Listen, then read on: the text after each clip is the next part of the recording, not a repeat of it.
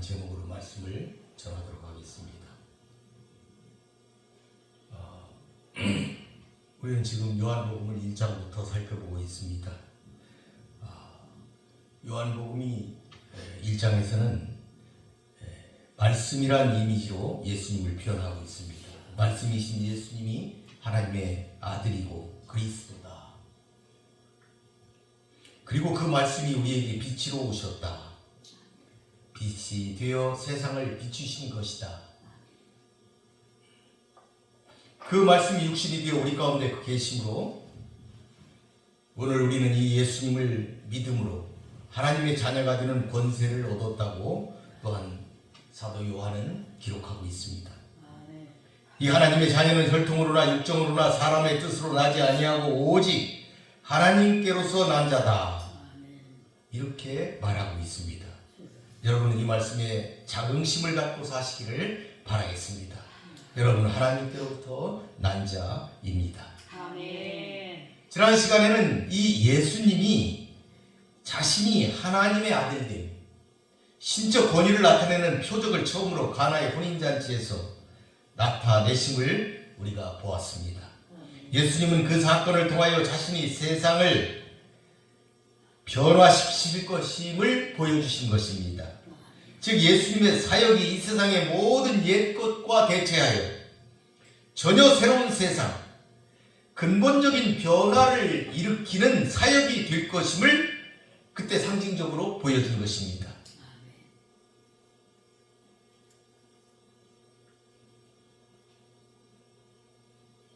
이렇게 공생의 사역을 시작하신 예수님께서는 1차로 6월절 절기를 맞아 예루살렘으로 올라가심으로써 이제 그때 가나의 혼인잔치에서 보여주신 새로운 세상의 변화, 그 사건의 연장선상에서 첫 번째 사건인 성전을 깨끗게 하신 사건을 오늘 기록하고 있습니다.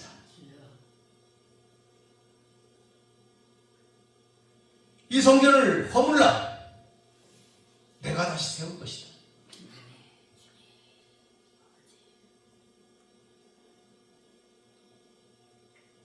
그때까지 구약의 성전에서 이루어진 그 모든 것들, 제사들, 모든 것, 하나님을 섬기는 그 모든 것들, 그것을 완전히 바꾸시겠다. 그것을 완전히 바꾸시겠다. 이렇게 말씀하고 계시는 것입니다.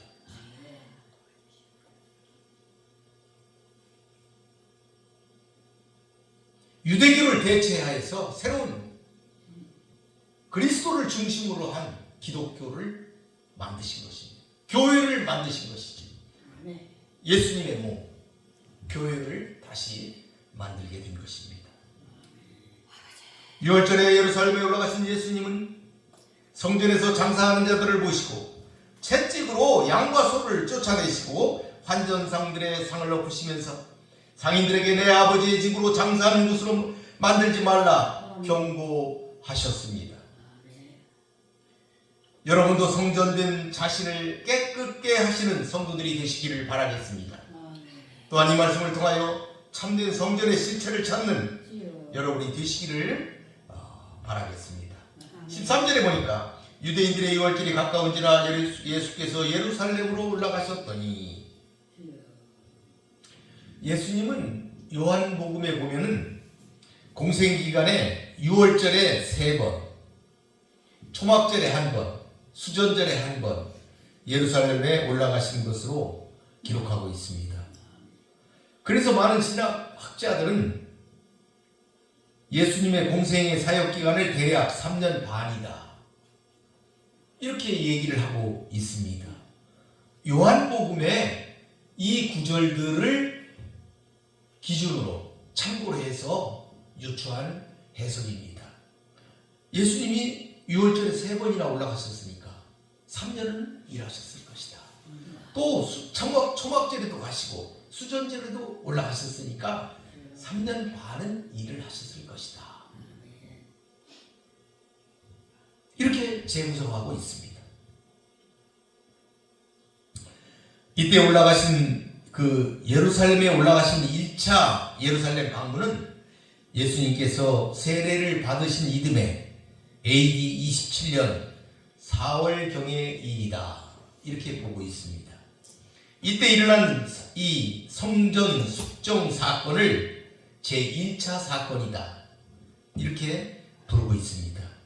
왜 그러냐면은 마태복음 21장에 보게 되면 예수님께서 예루살렘으로 십자가에 달리러 올라가실 때에 성전에 들어가신 것이 다시 기록이 되어 있습니다. 그때도 예수님은 예루살렘 성전에 들어가셔서 성전을 정결케 하셨습니다. 그런데 요한은 이 1차 사건만을 기록하고 있고 마태나 마가, 누가는 이 2차 사건만을 기록하고 있습니다. 오늘 이 본문은 제1차 성전 숙청 사건이 일어난 시점을 밝히고 있습니다. 6월절이다. 유대인의 6월절이다. 이렇게 표현했습니다. 그러니까 이 성경이 기록될 때는 성전이 이미 파괴된 때입니다. 성전이 없습니다. 그러니까 유대인들이 성전을 찾을 수가 없을 때입니다. 그냥 기억 속에 있던 것이죠. 그러니까 이방인들은 6월절에 유대인들이 성전으로 올라간다는 것, 6월절 풍습을 쫓아 올라간다는 것을 잘 모르는 사람들이 있었을 것이다. 왜? 성전이 없으니까 6월절이 돼도 유대인들이 올라가지는 않는다는 얘기죠. 그래서 이 유대인의 6월절이다. 이렇게 굳이 유대인이라는 이름을 붙여서 이곳에 표현을 했을 것이다. 그들을 위해서. 사실 이 6월절은 우리가 파스카라고 부르죠. 대단히 중요한 절기였습니다. 하나님께서 애굽의 장자들을 치실 때 어린 양의 불 문 인방과 좌우 설주에 바른 이스라엘 자손의 집을 넘어가신 것. 거기서 연유된 이름입니다. 넘어갔다. 그래서 이스라엘 사람은 이 구원을 기념하여서 6월절 희생 제물을 드리는 것이 관습이 되었습니다.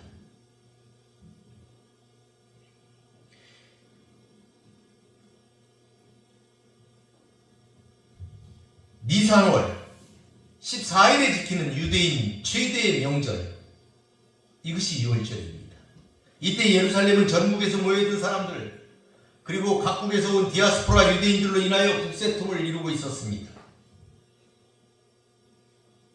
이때 예수님이 성전을 정화시킨 것이다 하는 것을 우리는 알 수가 있습니다. 14절에 보니까 성전 안에서 소와 양과 비둘기 파는 사람들과 돈 바꾸는 사람들이 앉아있는 것을 보셨다.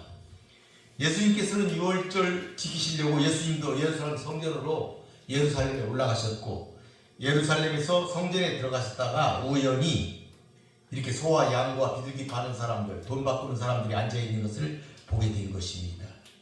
그러니까 그것을 찾아서 보았다기보다는 우연히 발견하거나 이렇게 보게 된 것입니다.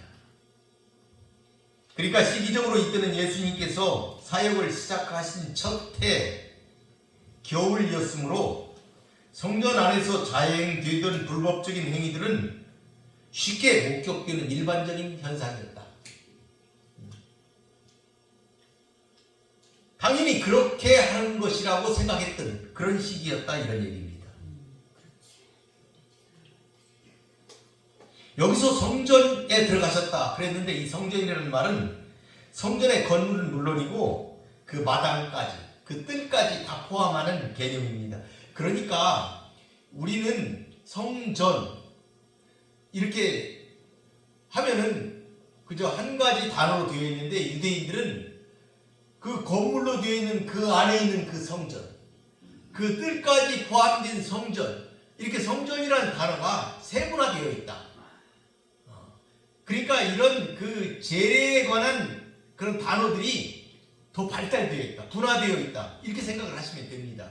그런데 우리는 그거를 그냥 통틀어서 성전 이렇게 하고 있는 것입니다. 근데 여기서 지금 성전에서 보았다 하는 이 성전은 마당 뜰까지 포함된 성전을 말한다.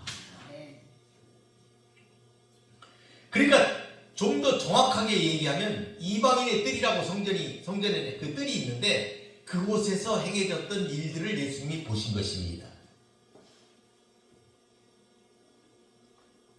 그러니까 이방인의 뜰이라고는 하지만 거기도 성전의 영역에 포함된 부분이었기 때문에 성전으로 표현되고 있는데 그곳에서 그런 불법이 행해졌다 하는 것은 그들이 얼마나 영적으로 타락을 했는가 그 심각성을 알 수 있는 것이죠. 그러면 왜 거기에서 그런 일을 했을까 그들이? 그러니까 이제 성전에서는 제물을 바치게 되어 있잖아요.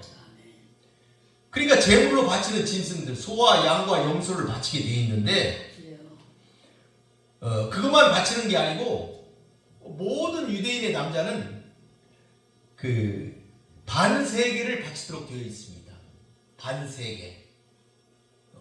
반세겔에 돈을 바치도록 되어 있는 거예요.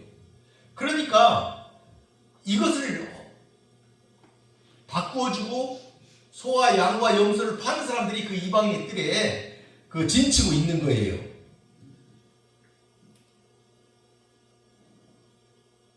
멀리서 성전을 순례하는 이방인들은 순례자들은 희생 제물을 직접 가져올 수가 없었어요. 말하자면은 멀리 디아스포라 유대인들 흩어져 있는 많은 유대인들은 소와 양을 끌고 거기까지 오기가 힘들지 않습니까? 그러니까 그 사람들의 편의를 위해서 돈을 가지고 오면 그곳에서 그걸 파는 것이지요. 근데 또 한 가지 문제가 있어요. 그 성경에 보게 되면은 어떻게 되어 있습니까? 하나님께 바치는 제물은 흠이 없어야 된다. 이 성경에 구약에 보면 흠이 없다 이게 굉장히 많이 나오잖아요. 흠이 없어야 되겠다. 정결해야 되겠다. 깨끗해야 되겠다. 이런 의미죠. 흠이 없는 것을 바쳐야 되는데 이것을 누가 심사하느냐? 제사장들이 심사를 한 거예요. 그러니까 문제는 뭐냐면 좀 고지식한 사람도 있지 않습니까? 내가 기른 소와 양을 하나님께 바치겠다. 이 신앙심을 가지고 먼 길을 소와 양을 끌고 왔어요.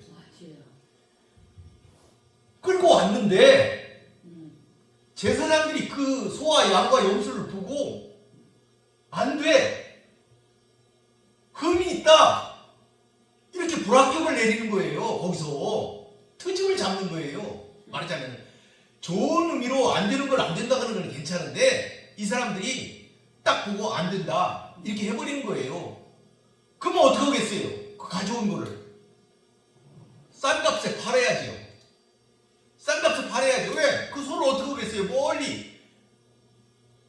멀리 200리 300리 되는 곳에서 끌고 왔는데 그거를 이거 안 돼. 그 사람은 좋은 걸 집에서 골라서 가져왔는데 가지고 오는 사이에 오랜 길을 걸었으니까 좀 소와 양이 약간 좀 이렇게 모습이 약간 변할 수도 있지 않습니까? 근데 그걸 안 된다고 그러는 거예요. 그러면 그걸 어떻게 해요? 싸게 팔아야 되죠. 그러면 누가 사느냐? 그 사람들이 사는 거예요. 싸게. 그냥 버릴 수는 없잖아요. 싸게 팔아야지.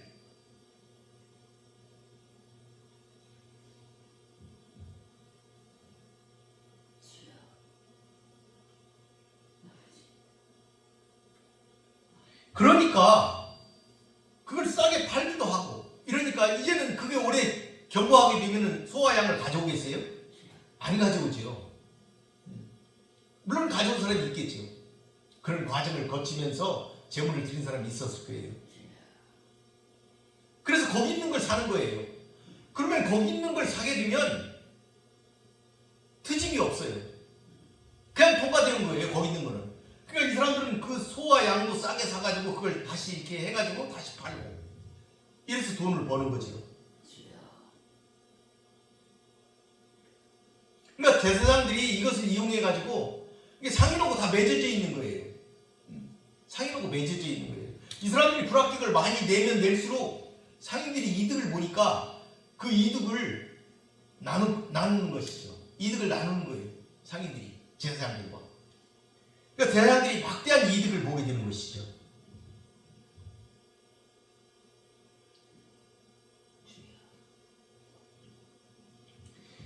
또 한 가지는 이 반세계를 바쳐야 되는데 이 반세계는 아무 돈이나 바칠 수가 없어요.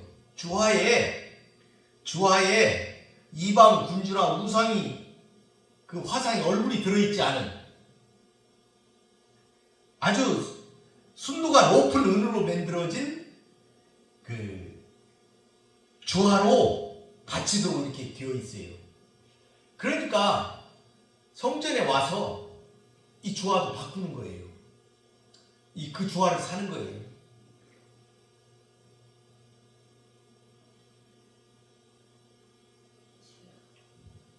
그러니까 그냥 바꿔주는 게 아니고 수수료가 12.5% 환전 수수료를 다시 받는 거예요. 거기서. 그러니까 6월쯤 되면 한 20일 전부터 환전수가 생긴다 그래요. 그래서 바꿔주는 것이죠. 높은 수수료를 받고.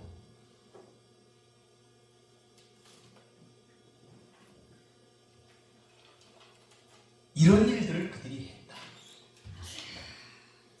그렇기 때문에 그들이 영적으로 타락했다. 성전에서 그들이 하나님을 그들의 재물을 모으는 수단으로 사용하고 있다. 이렇게 평가할 수가 있는 것이죠. 그들은 이런 죄를 범했다는 것을 우리들이 알 수가 있습니다. 그래서 15절에 보니까 노끈으로 채찍을 만드사 양이나 소를 다 성전에서 내쫓으시고 돈 바꾸는 사람들의 돈을 쏟으시고 상을 엎으시고, 여기 보게 되면 굉장히 격렬한 동사가 세 가지가 나와요. 쫓아냈다, 쏟았다, 엎었다. 그러니까 예수님이 얼마나 격하게 행동하셨는가 이걸 알 수가 있어요. 소나 양이나 이런 것들을 다 성전 밖으로 쫓아냈다, 이게 채찍으로. 그리고 돈을 쏟았다. 그들이 돈을 이제 동전이니까 통에다 넣고 있을 거 아니에요? 그 통을 쏟아 엎어버린 거예요. 그리고 통만 엎은 게 아니고 그들이 놓고 있는 그 상도 들어서 엎어버렸다. 완전히 뒤집어버렸다 하는 것을 이 15절을 통해서 알 수가 있는 것이죠. 불의에 대하여 질풍노도처럼 진노하시는 공의로우신 분임을 우리들이 잘 알 수가 있다 하는 것입니다. 그런데 우리는 이 사건을 통해서 이제 예수님은 그 남은 생애가 유대 종교 지도자들과 격렬한 투쟁의 삶이 있을 것이다 하는 것을 우리가 알 수가 있습니다.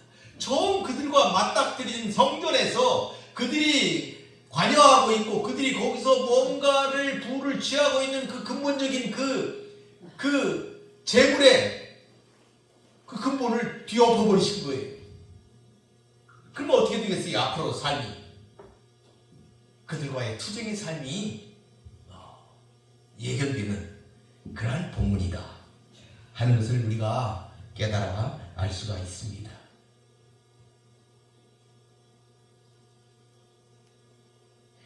예수님께서는 부패하고 타락한 종교에 대해서는 털럭만큼의 타협의 여지도 남기지 않으시고 첨예하게 그들과 대립하시고, 그러나 갈릴리 가나에서는 자기의 때가 아직 이르지 아니하였음에도 불구하고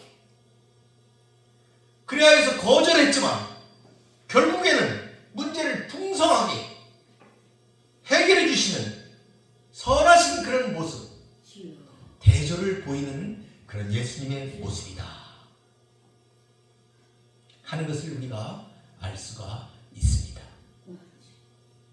여러분도 예수님처럼 불의에는 분명하게 선을 지키고 또 예수님처럼 민감하게 반응하시는 그런 여러분이 되시기를 바라겠습니다. 16절에 보니까 비둘기 파는 사람들에게 이르시되 이것을 여기서 가져가라. 내 아버지의 집으로 장사하는 집을 만들지 말라. 예수님은 성전을 내 아버지의 집이다 이렇게 표현하고 계시죠. 그러니까 하나님과 예수님이 특별한 관계다 하는 것을 알 수가 있습니다. 특별한 관계다. 그러니까 예수님은 하나님의 아들이 되시잖아요. 그러니까 예수님께서는 내 아버지의 집이다, 이렇게 얘기하고 계시는 거예요. 내 아버지의 집이다. 그러니까 내 아버지의 집에서 내 아버지의 집을 깨끗하게 하는 것은 옳은 일이라는 말이죠. 왜냐하면 예수님은 하나님의 아들이시니까. 하나님의 아들이 자기가 주님이신데 그것을 깨끗게 하는 것은 정당한 일이다 하는 것을 이 문장을 통해서 우리가 살펴볼 수가 있는 것이죠. 정당한 행동이었다.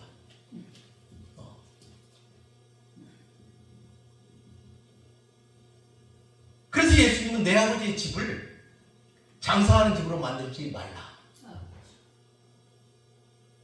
이렇게 명령하신 것입니다. 이것은 명령입니다.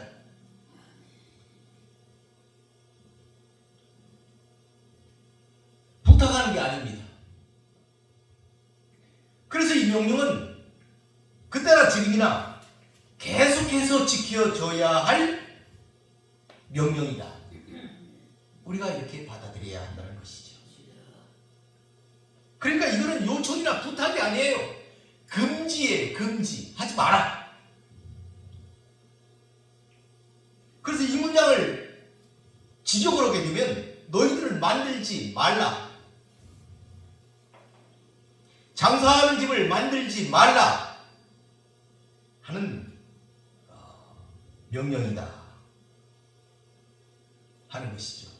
그러니까 성전은 결코 물건을 파는 시장이나 상가가 될 수 없고, 또 이 명령이 이렇게 이런 일을 해서 불이한 이득을 취하는 그들에게 이렇게 명령했다.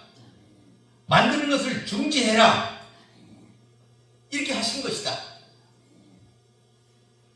이렇게 볼 수 있는 거예요. 그들에게, 불의한 그들에게 분명하게 명령하는 것이다. 이렇게 우리는 볼 수가 있는 것입니다. 이것은 상가가 아니다, 너희들이 장사하는 것이 아니다 하는 것을 분명하게 그들에게 말씀하신 것이다, 이렇게 볼 수가 있습니다. 그러니까 이 유대인들은, 이 제사장들과 이 상인들은 감히 금하지 않으면 안 되는 일들을 성전에서 행하고 있었던 것이다 하는 것이죠. 그러나 물론 이때 예수님이 성전을 정화하셨지만은 그럼에도 불구하고 성전에서 장사하는 행위는 근절되지 않았습니다. 그들이 예수님의 말씀을 듣지 않은 것이죠. 돈이 드는데 금할 수가 없었던 것이죠.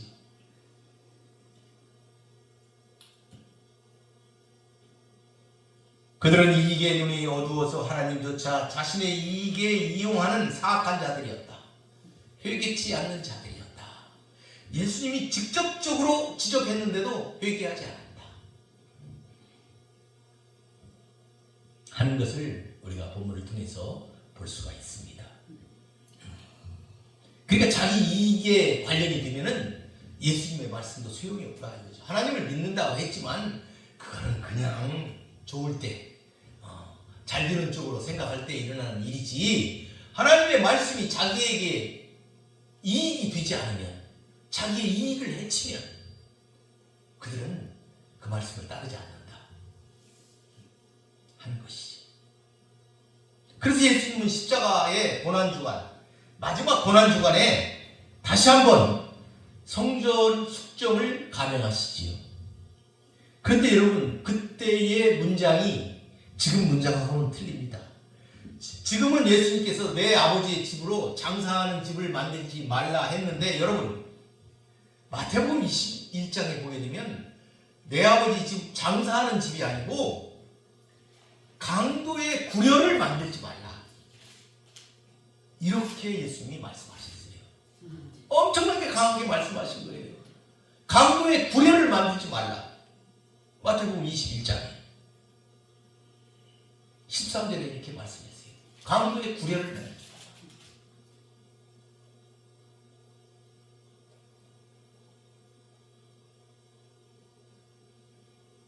여러분, 우리들이 하는 모든 일들이 하나님의 말씀과 부딪힐 때에는 그것을 접고 회개하시는 여러분들이 되시기를 바라겠습니다.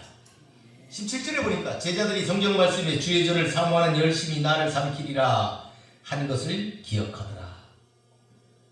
이것을 직역하면 이런 거예요. 당신의 전에 관한 열심이 나를 삼킬 것이다. 삼킨다. 개걸스럽게 먹다. 이런 말이죠. 근데 이게 미래형으로 쓰였습니다. 원래 시편에는 미래형이 아닌데 그것을 인용하면서 미래형으로 바꿨습니다. 그러니까 어떤 의미로 미래형으로 사용되었냐면 나를 삼킬 것이다. 예수님을 삼키는데 미래에 삼킬 것이다 이거죠. 예수님을. 예수님께서 고난과 죽음을 받을 수 있는 것을 지금 예시한 표현이다. 이렇게 볼 수가 있습니다.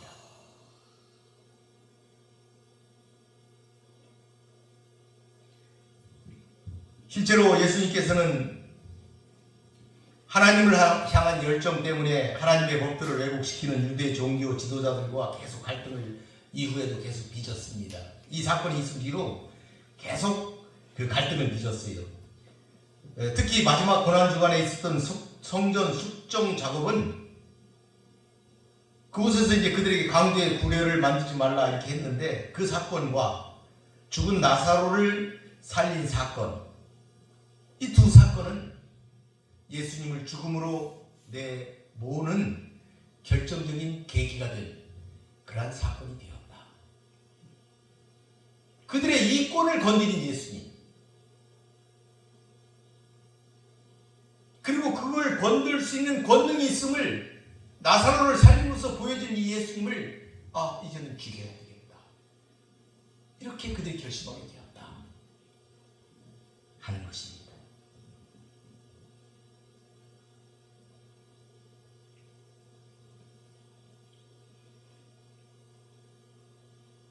성전에 대해 예수님이 보이신 그 열정, 그 이전에 어떤 사람들도 감히 시도하지 못했던 이런 일들을 예수님이 과감하게 행하셨고, 이와 같은 일들은 제자들의 뇌리에 강하게 남음으로써 예수님의 메시아 되심을 확실하게 되었다. 확실하게 되었다.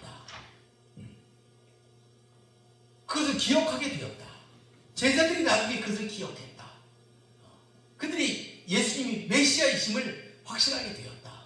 이러한 일들이 하는 것을 새 요한은 잘 설명하고 있습니다. 18절에 보니까 이에 유대인들이 대답하여 예수께 말하기를 내가 이런 일을 행하니 무슨 표적을 우리에게 보이겠느냐. 여기서 유대인들이라는 것은 유대 민중이라기보다는 성전에서 장사해서 이득을 얻는 성전에 속한 사람들, 하속들이나 제사장들, 장사꾼들 일 것으로 보입니다. 이들은 예수님이 이런 일을 행함으로 말미암아 강한 적대감으로 예수님을 비난하며 정죄하며 이렇게 얘기하는 것으로 보입니다. 그들은 예수께서 무슨 자격으로 이런 일을 하시는지 증거를 대라고 지금 요구하고 있는 것이죠. 그러니까 자기들이 예수님한테 이런 일을 하도록 어떤 자격을 준 것도 아니고 어떤 권한을 준 것도 없기 때문에 이런 일을 행하려면 자기들이 준 일이 없으니까 이런 일을 행하려면은 하나님으로부터 직접 받았어야 되는 게 아니냐. 우리는 준 적이 없으니까 하나님으로부터 받아야 네가 이런 일을 할 수 있는 거 아니냐. 그 증거를 한번 내놓아 봐라. 이렇게 그들에게 요구했던 것입니다. 그래서 그들은 예수님께 네가 하나님의 아들이라는 초자연적인 어떤 증거, 어떤 표적, 이것을 그들에게 요구했던 것이죠. 사실 이 유대인들이 예수님이 그런 표적을 그래 나 하나님의 아들이다 하고 그 자리에서 어떤 걸 보이셨다면 그들이 예수님을 인정하려고 했던 게 아니다 이 말이죠. 인정하려고 그것을 보여달라고 했던 게 아니라는 사실이죠. 예수를 공박하기 위해서 협박하기 위해서 이런 요구를 한 것이다. 이렇게 우리는 알 수가 있는 것이죠. 결국 그들은 자신들의 잘못을 추워도 반성하는 것이 없이 오히려 선한 일을 하신 예수님을 궁지에 빠뜨리는 그들의 사악함, 이런 것들이 그들의 그 요구에서 잘 드러난다, 이렇게 볼 수가 있겠습니다. 그들이 예수님이 대답하신 거예요. 19절에 너희가 이 성전을 헐라 내가 사흘 동안에 일으키리라. 이 문장을 조건절로 우리가 해석을 하면 안 돼요. 니들이 만약, 여러분 그 잘 들으셔야 돼요. 니들이 만약 이 성전을 헌다면 내가 일으킬 것이다, 이런 문장이 아니에요. 조건절이 아니라는 사실이에요. 조건을 두고 말씀하신 게 아니에요. 유대 종교 지도자들을 향한 강력한 명령이다, 이렇게 해석해야 됩니다. 헐라, 이 말은 명령이에요. 헌다면, 만약에 헌다면, 이런 얘기가 아닙니다. 헐라, 이렇게 얘기를 했어요. 니들이 헐라.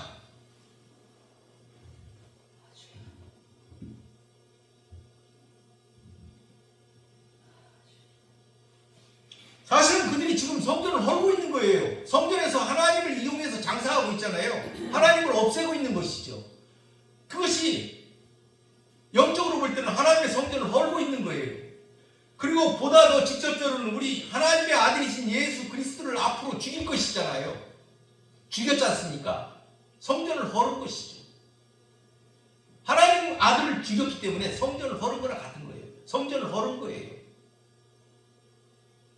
그런 일이 있을 것을 예수님이 이미 아시기 때문에 이들이 헐라, 이렇게 강하게 말씀하신 것이다.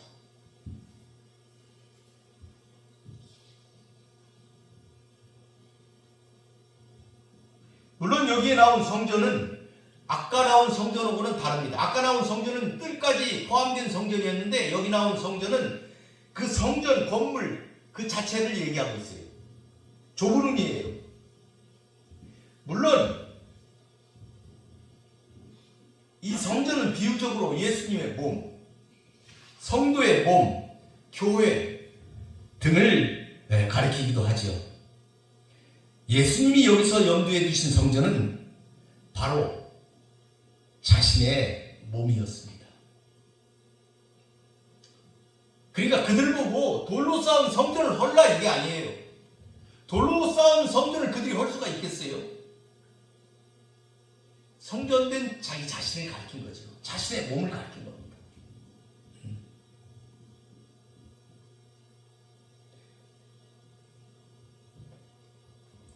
교회가 성전이라고 얘기할 수가 있지만 하나님의 몸된 교회이지만은 그때는 교회가 형성이 안 됐었잖아요. 예수님이 계셨기 때문에, 그 당시에는 예수님이 육신을 입고 이 땅에 계셨기 때문에 그 예수님을 허는 것, 그것을 지금 얘기하고 있는 것이다. 바로 예수님 자신을 헐라, 이런 의미가 되겠어요. 그러니까 그분의 이 말씀 속에는 돌로 지은 예루살렘 성전과 그 안에서 행해지던 일체 의식들,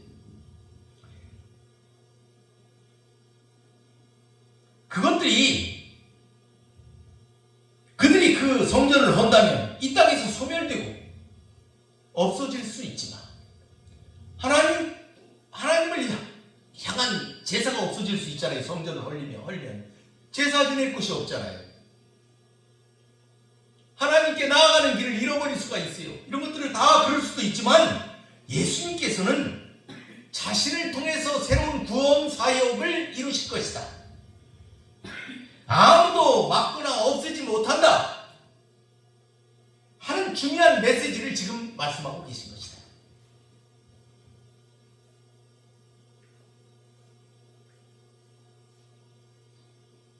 너희들이 그 성전을 헐어서 하나님과의 관계를 단절시킨다 할지라도 예수님께서 새롭게 성전을 지으실 것이다.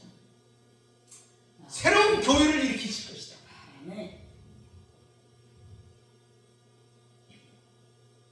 이런 의미가 합쳐되어 있다. 그러니까 지금 유대인 지도자들이 하는 행위는 성전을 허무는 행위, 파괴하는 행위다. 이렇게 다시 말할 수가 있겠습니다. 그러한 것들을 예수님께서는 다시 일으키리라, 이렇게 표현하고 있습니다. 눈에 보이는 성전 안에서 하나님 임재의 상징인 성전의 진정한 본질이신 자신을 성전에 빗대어 말씀하신 예수님의 이 대답은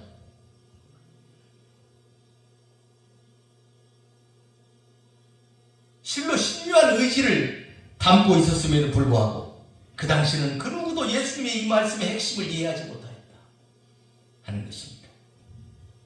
예수님께서는 이미 초기부터 자신의 십자가 죽음을 알고 항상 이를 염두에 두고 살아가셨지만 예수님의 최측근이었던 제자들은 예수님께서 십자가에 못 박히는 그 순간은 물론 부활 이후에 이르기까지도 예수님의 죽음의 진정한 의미를 깨닫지 못했던 것이죠.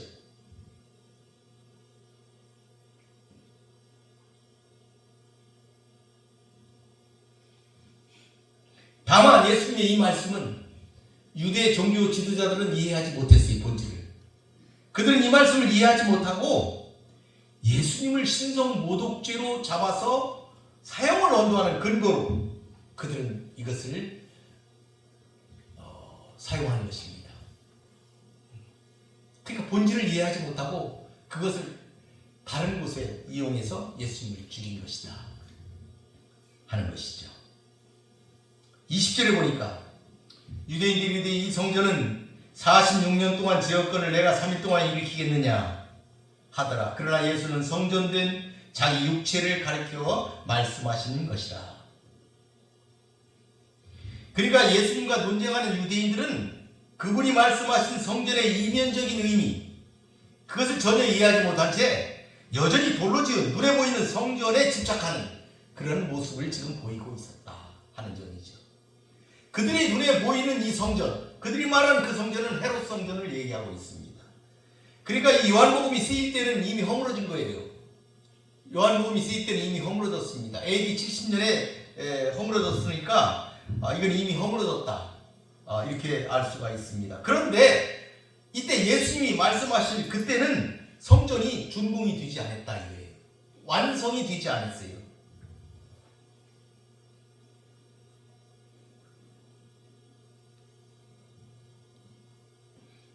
BC 19년 헤롯 대왕이 착공해가지고 AD 46년에 이르러서야 완공이 되었어요. 그러니까 예수님이 죽으신 지 16년이 지나서 준공이 되었어요. 이 성전이. 그렇게 오랫동안 심혈을 기울여서 지었던 성전인데 네가 그걸 사흘 안에 다시 세울 수 있다고? 네가 그런 일을 진짜 할 수 있어? 이렇게 조롱하고 있는 의미입니다. 그러니까 돌로 지은 그 성전을 보고 이야기한다면 그게 맞는 얘기죠. 인간의 판단으로는 전혀 불가능한 일이다, 이렇게 볼 수 있습니다. 물론 영적으로 볼 때는 이게 가능한 일이지만 그들은 그것을 알 수가 없었던 것이죠. 그 말 자체에 심오한 영적 진리, 그것을 그들은 깨달을 수가 없었던 것입니다. 성전을 헌다는 것은 성전된 자기 육체, 그 죽음을 가리키고 3일 동안에 일으키겠다고 하는 것은 3일 만에 부활을 통하여서 다시 세우겠다는 그런 말씀이었는데 그들은 그 깊은 의미를 깨닫지 못하고 말았던 것입니다. 그러니까 예수님께서는 이미 사역의 이 초기, 사역을 시작하는 이 시점에서부터 이미 그와 같은 사실들을 이미 알고 계셨다. 예수님은 부활까지도 이미 다 알고 계셨다. 예수님 하나님으로부터 구속사를 완성시킬 임무를 받고 이 땅에 오셨고 이를 깊이 자각하였을 뿐만 아니라 매 순간 이를 위하여 노력하시고 계셨던 것이다 하는 것을 우리는 본문을 통해서 깨달을 수가 있는 것입니다.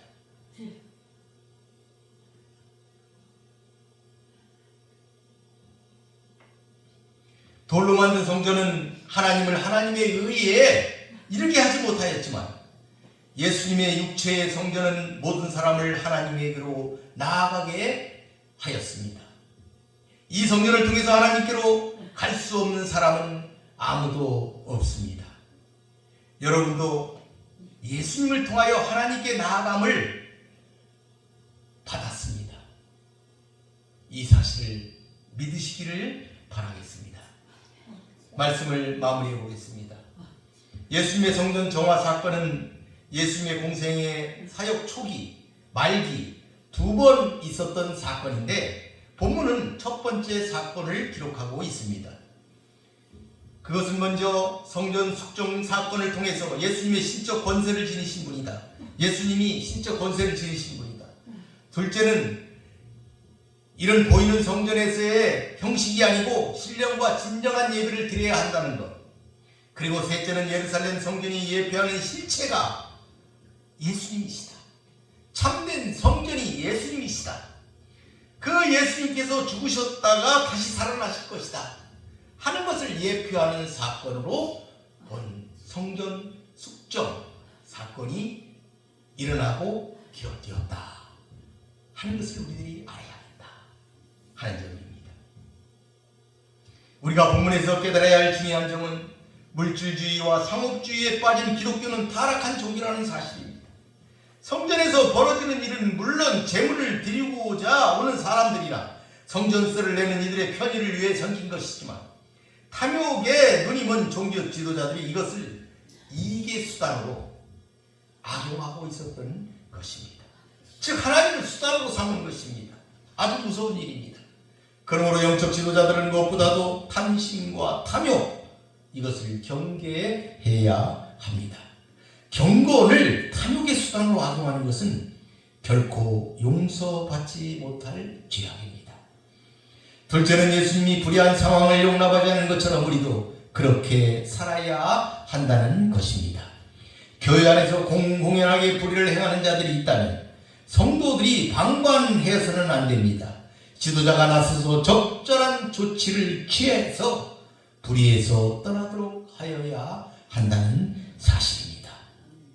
셋째는 성전은 하나님의 집입니다. 우리의 몸도 하나님을 모시는 거룩한 성전입니다.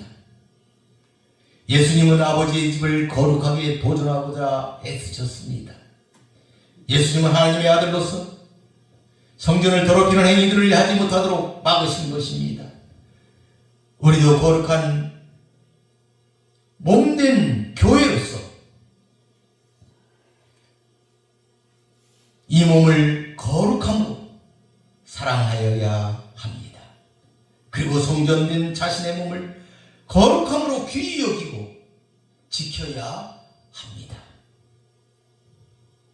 예수의 정신을 가진 사람들은 일체의 불의에 묵인하지 않고 또한 성전된 자기 몸을 불의의 병기로 만들지 말고 깨끗게 하여야 한다는 것입니다. 이러한 사람들이 예수님의 참다운 제자가 되는 것입니다. 성전을 깨끗게 하신 예수님, 그 예수님께서는 우리의 몸도 깨끗게 하시는 줄로 믿습니다. 모두 승리하시는 여러분 되시기를 바라겠습니다. 마치겠습니다. 기도하겠습니다. 고맙고 감사하신 아버지 하나님 감사합니다. 오늘은 성전을 깨끗게 하신 예수님에 대하여 살펴보았습니다. 예수님께서는 성전을 깨끗게 하셨습니다. 그리고 새롭게 일으키신다고 말씀하시고 이제 새롭게 일으키셨습니다. 우리를 구원하셨습니다. 우리를 참되게 하나님께로 인도하셨습니다. 우리로 하나님의 아들, 딸들이 되게 하셨습니다.